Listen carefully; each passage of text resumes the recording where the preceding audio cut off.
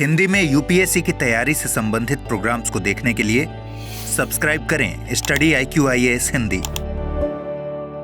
नमस्कार दोस्तों, study IQ-IAS Hindi में आप सभी लोगों का बहुत बहुत स्वागत है। मेरा नाम है मनीष श्रीवास्तव। आज का डिस्कशन यूपीएससी 2025 के लिए। यूपीएससी 2025 के जो स्टूडेंट्स एग्जाम देने वाले होंगे उन सबको पता है भाई, हमारा एग्जाम जो है वो 25 मई को है।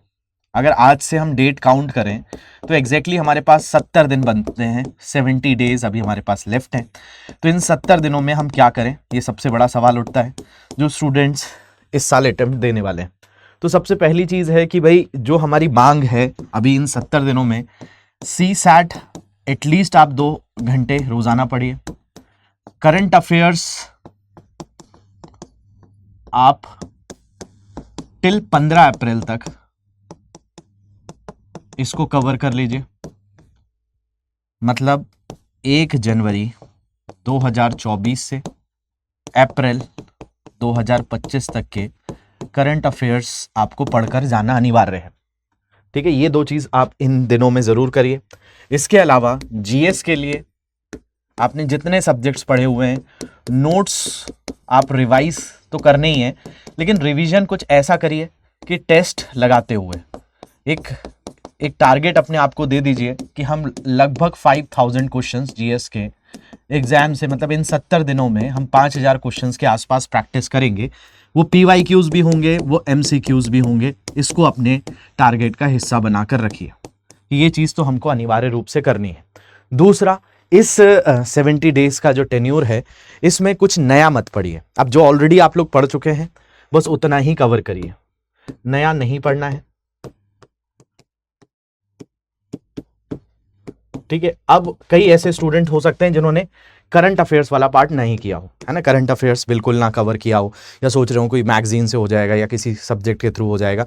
तो देखो, ये ना ऐसा है कि इसमें ही सबसे ज़्यादा मार्क्स आप गेन कर सकते हो, क्योंकि करंट बेस्ड थ्योरी आती है एग्जाम में। तो इसीलिए मैं आप सारे लोगों को यही बोलूँगा, जो करंट बेस्ड थ्योरी है उसका क्या तरीका है। तो करंट बेस्ड थ्योरी को कंप्लीट करने के लिए सबसे बेहतर तरीका यह है कि सब्जेक्ट वाइज जो आपने करंट अफेयर्स प्रिपेयर किए हुए हैं उनको सब्जेक्ट वाइज पढ़ने का प्रयास करिए। जैसे मान लिया जाए आप नेशनल पार्क्स के बारे में पढ़ते हैं तो ये थ्योरी का पार्ट है, लेकिन नेशनल पार्क्स में कौन सा नेशनल पार्क चर्चा में है। जैसे अभी रिसेंटली माधव नेशनल पार्क चर्चा में है, क्योंकि माधव नेशनल पार्क को टाइगर रिजर्व का भी दर्जा मिल गया है। तो ये बेसिकली ये न्यूज़ अभी की है, 58वां टाइगर रिजर्व है, लेकिन ये माधव नेशनल पार्क एक नेशनल पार्क के तौर पर भी है। तो ये दोनों चीज़ें आपकी कवर होनी चाहिए, तब जाकर आप बेसिक तौर पर इस एग्ज़ाम के लिए सही दिशा में बढ़ रहे होंगे। अब कई लोगों के दिमाग में आएगा कि भाई सर, हमने थ्योरी पढ़ी हुई है, हमने हिस्ट्री पढ़ा है, ज्योग्राफी पढ़ा है, इकोनॉमिक्स पढ़ा है, पॉलिटी पढ़ा है, इन्वायरमेंट इकोलॉजी पढ़ा है, साइंस टेक पढ़ा हुआ है, करंट अफेयर्स पढ़े हुए हैं।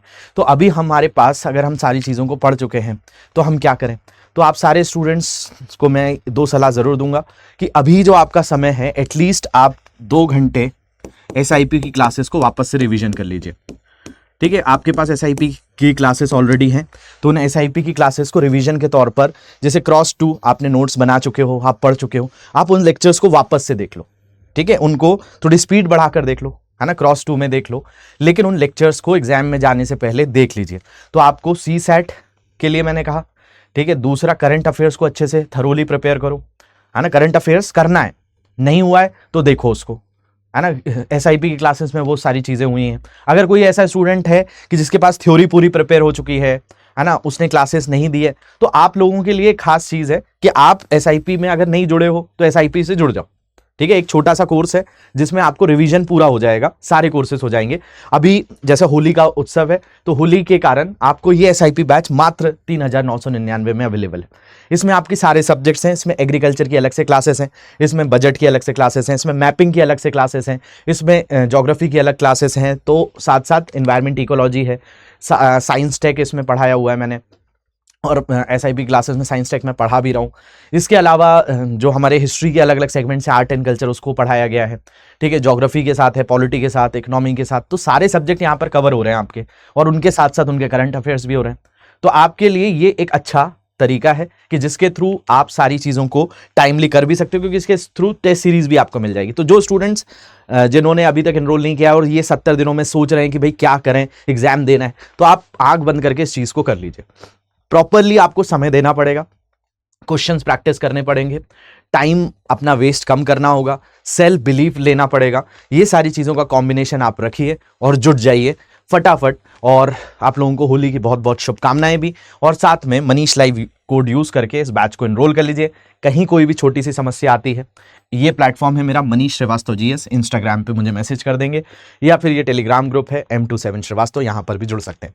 तो आशा करता हूँ आप सारे लोग होली का उत्सव बड़े अच्छे से मना रहे होंगे और तैयारी को और भी जोर दे रहे होंगे। तो इस रंगों के त्यौहार पे अपने जीवन को रंगों से सराबोर करिए, और जो भी आपकी इस विषय पर विचार हो कमेंट में ज़रूर दीजिएगा। मिलता हूं मैं आपसे अगले सत्र में, तब तक के लिए ध्यान रखिए। Thank you very much for watching this. Have a great day. Hindi में UPSC की तैयारी से संबंधित प्रोग्राम्स को देखने के लिए सब्सक्राइब करें स्टडी IQ IAS हिंदी।